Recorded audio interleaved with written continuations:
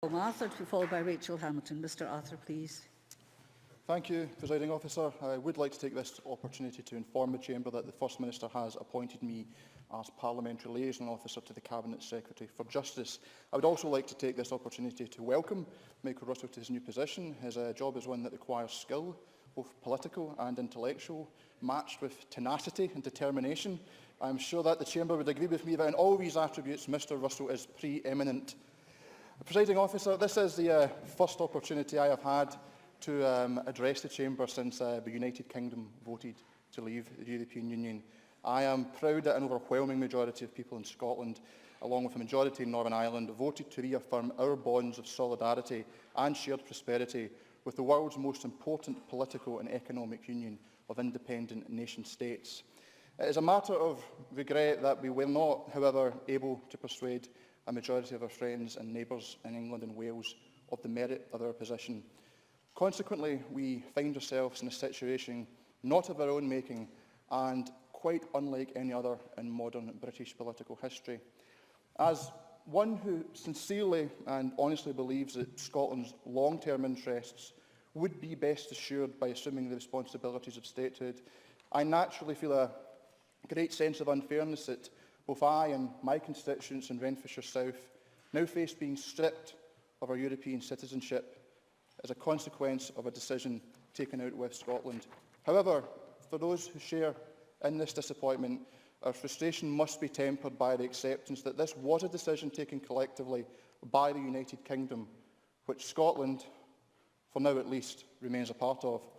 Therefore, the immediate task we face in this place is to obtain the best outcome for Scotland and to maximise Scotland's participation in the UK negotiations as a member state. It is, I would proffer, axiomatic that the best outcome for Scotland is that the UK as a whole retains continued membership of what is commonly understood as a single market, i.e. the internal market of the European Union as defined by the four fundamental freedoms. Retaining full membership of the single market is of vital importance in realising what I hope is our shared ambition for the increased internationalisation of Scotland's economy. This key strategic objective is surely best achieved through continued membership of the single market. Outside of the single market, we lose not only direct access to a market of over 500 million people, we also lose the clout and trade expertise of an institution which can parlay as an equal with both the United States and China. While the other countries of these islands will continue to be important trading partners, we must continue to expand our horizons and not allow our ambitions to be bounded or confined to trade dominated by the nations with whom we share this Atlantic archipelago. Presiding Officer, although the UK is now set to leave the European Union, this does not preclude the possibility of continued membership of the single market. This could potentially be achieved through UK membership of the European Economic Area, as membership of EFTA in conjunction with bilateral agreements, or perhaps through a new bespoke set of treaties.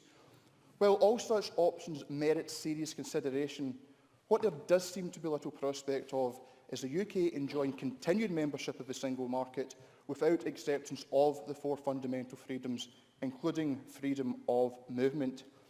It is therefore with concern that when now being faced with this reality, it appears that the UK government is edging towards surrendering the UK's membership of the single market so as to substantially reduce the intake of migrants upon whom our future prosperity and the sustainability of our public services depend. Presiding Officer, the prospect of withdrawal from the single market, coupled with denying access to those who would seek to come and contribute to this country, would at best be a gross abdication of economic responsibility and at worst potentially the greatest act of self-inflicted harm committed by a British government since the Suez debacle. Therefore, we must do all we can to persuade the UK government not to pursue this reckless course. It is incumbent upon all members in this place that we give effect to the will of the Scottish people as expressed on June 23rd. This means pushing the UK Government to demonstrate that it too respects the clearly expressed wish of the Scottish people. If unwilling to secure and ensure continued single market membership for the UK as a whole, then the UK Government must strain every sinew to secure continued membership for Scotland, perhaps via some form of reverse Greenland or one country, two systems model. This would require an unprecedented boldness of vision, but would demonstrate a willingness to make the UK a genuine partnership of equals. Presiding Officer, it should be evident to all that this is a debate of the gravest importance, both to the future of Scotland and indeed to the United Kingdom. Unfortunately, however, it appears from over the summer we've seen a UK Government that is asleep at the wheel, with Tory members in this place and in Westminster muttering somnolent drivel about empire, the world being our oyster, and even calling for the recommissioning of the royal yacht Britannia. While the UK Government may not know what Brexit means, we in this Parliament must take our opportunity to define what it will mean for Scotland. In my view, that means retaining full and uninterrupted access and membership, crucially membership, of the single market. Should the UK Government deliver, they will have demonstrated a willingness to treat Scotland as an equal partner. Should they fail, then it may not just be one union that they lose.